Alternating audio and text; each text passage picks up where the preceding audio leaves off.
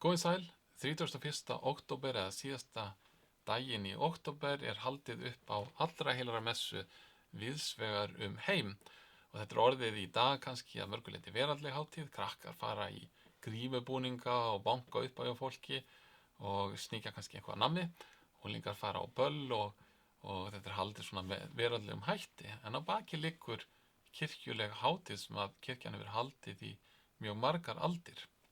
Og í dag þá haldið upp á þessa hátíð í lúthersku kirkjunni, gjarnan fyrsta sunnudaginn í nóvember eða sunnudaginn á eftir. Það var margar hátíðir sem voru svona í miðri viku hafa færst á sunnudaginn á eftir. Og þá minnumst við þeirra sem hafa farið á undan á árinu sem hefur liðið, eða frá síðustu allra heilagra messu, minnumst þeirra sem hafa látist og hugsum sérstaklega þau og með þakklæti fyrir þeirra framlag, fyrir þeirra fyrirmynd og þeirra líferni. Minnumst líka þeirra sem hafa gengið á undan, kannski langt á undan og verið okkur fyrirmynd með sama hætti. En í lúthersku kirkjunni hefur allra heilagra messa líka ákveðna aðra merkingu og við minnumst líka þá upphafinu af siðbótinni.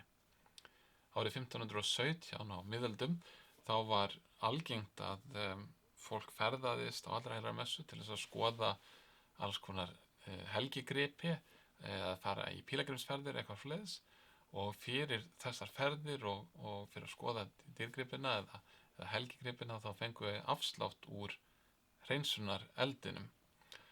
Og þetta var orðin svolítil tekjulind fyrir kirkjuna og fyrir þá sem áttu mikið af svona gripum, og meira sem farið að selja bréf sem voru kölluð aflátsbréf. Og þessu mótmælti Marteinn Lúther árið 1517 með því að negla svona skjal með 95 greinum sem hann vildi ræða fagmannlega og hengda þær upp á kirkjudyrnar í Wittenberg.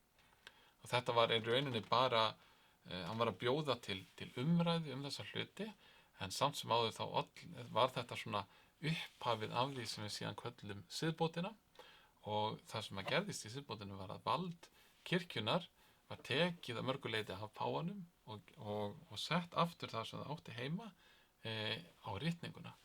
Þannig að það heilu ritning Biblían sem æðsta vald kirkjunar og ekki páfinn. Það engin prestar eða biskupar, það Biblían sjálf, hún æðsta vald kirkjunar. Og þetta í rauninni það sem að þessi endurreisn, hún byrjaði að mörgu leyti þennan dag 31. október 1517. Þannig að hrekkjavaka eða allra heilagra messa beinir okkur líka í þessa átt. Í lúthersku kirkjunni höldum við upp á þessi tvö atriði, annars vegar minnumst við þeirra sem eru undangengnir og hins vegar minnumst við upphafinu af siðbótinni.